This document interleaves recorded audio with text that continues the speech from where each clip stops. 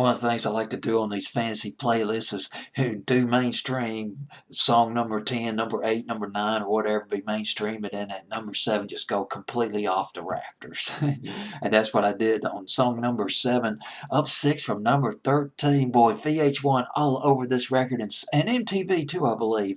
A very underrated person. Adrian Belew, oh daddy, this was a very catchy record. Got that snap, crackle, pop, got the drums, and got that piano going. And his daughter, his 11-year-old daughter at the time, Audie, sang on this record. And she sounds fantastic. Particularly, there are parts in that song where she sounds like a girl group from back in the early 60s. And I'm wondering if maybe he might have double tracked her vocals a little bit. Well, anyway. Oh Daddy by Adrian Belew at number 7 on my fantasy playlist, July 30th, 1989. I read a fantastic description of Adrian Belew, that this guy can be compared to a bridesmaid as opposed to the bride, because he never had, his solo career had limited success, never had a huge hit, but boy, amazing career behind the scenes, a go-to guitarist. And he played. Well, let me get started on this. Let's go back a little bit to the beginning. And I'm just touching the tip of the iceberg. He started playing drums. He's from Kentucky. He started playing drums. That was his first instrument. He played in the marching band, his high school marching band. Then came the Beatles, the British Invasion. This is the mid 60s. And he was inspired to pick up the guitar, learn how to write some songs. And in the mid 70s, his career started to go up on the trajectory. He was in Nashville. He played in a band in Nashville, a cover band. It was called Sweetheart. They dressed up in these 1940s suits.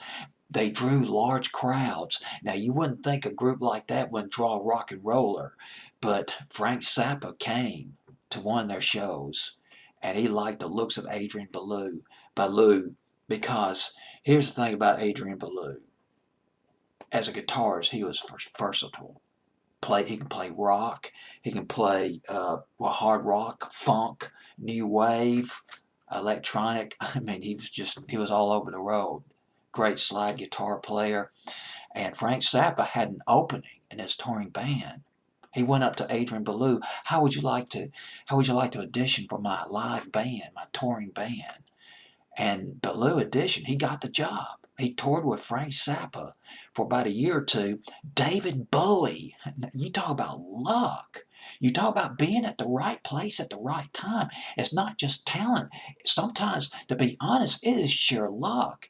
And some people just have good fortune smiling at them. David Bowie saw a show. He popped in to watch a live show. David Bowie watching Frank Zappa, saw Adrian Belew on stage. How would you like to play in my band? In my touring band? I'm going to be going on tour. Would you like to play in my band? And after Frank Zappa's tour was over, he teamed up. Adrian Belew played in David Bowie's band, played in a couple of albums by David Bowie. And after that was over, this around 1979, 1980, another stroke of luck. It's just unbelievable. I'm reading this. I'm like, my God. It just happens. If you're of a religious bent, you'd probably say, well, it's just divine intervention. You'd say it was a divine intervention.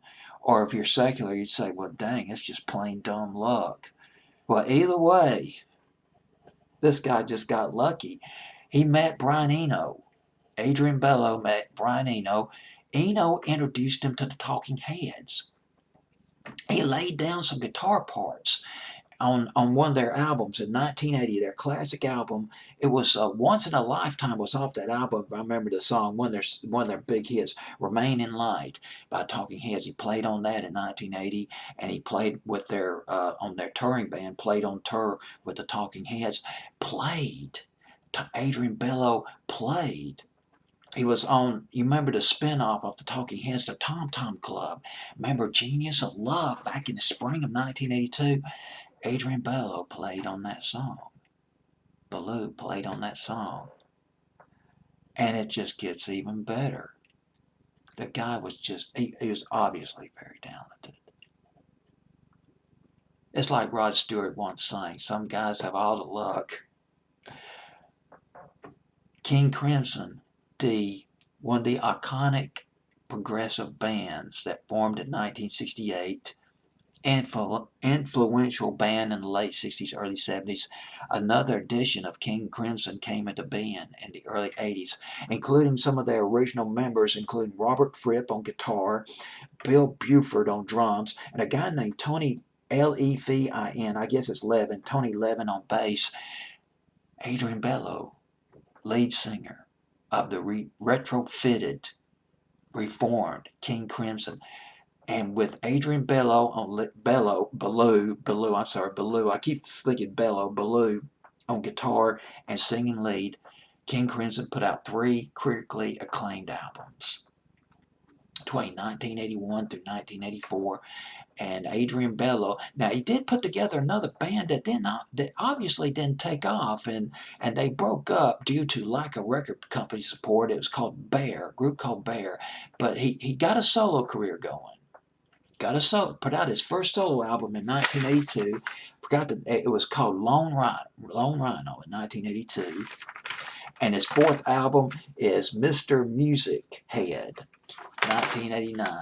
His 4th album off the Atlantic record label. His daughter singing on this record on the Oh Daddy. Oh Daddy went to number 58 on Billboard's Hot 100. Should have gone a lot higher than that. It's a very passionate, it's very joyful record to listen to. And as I read a YouTube comment that mentioned that it's almost as if he just wanted to do something fun, something light. And this old daddy, well, is kicking it. It was kicking it on my fantasy playlist at number 7, up 6 from number 13. Fantasy playlist of July 30th, 1989.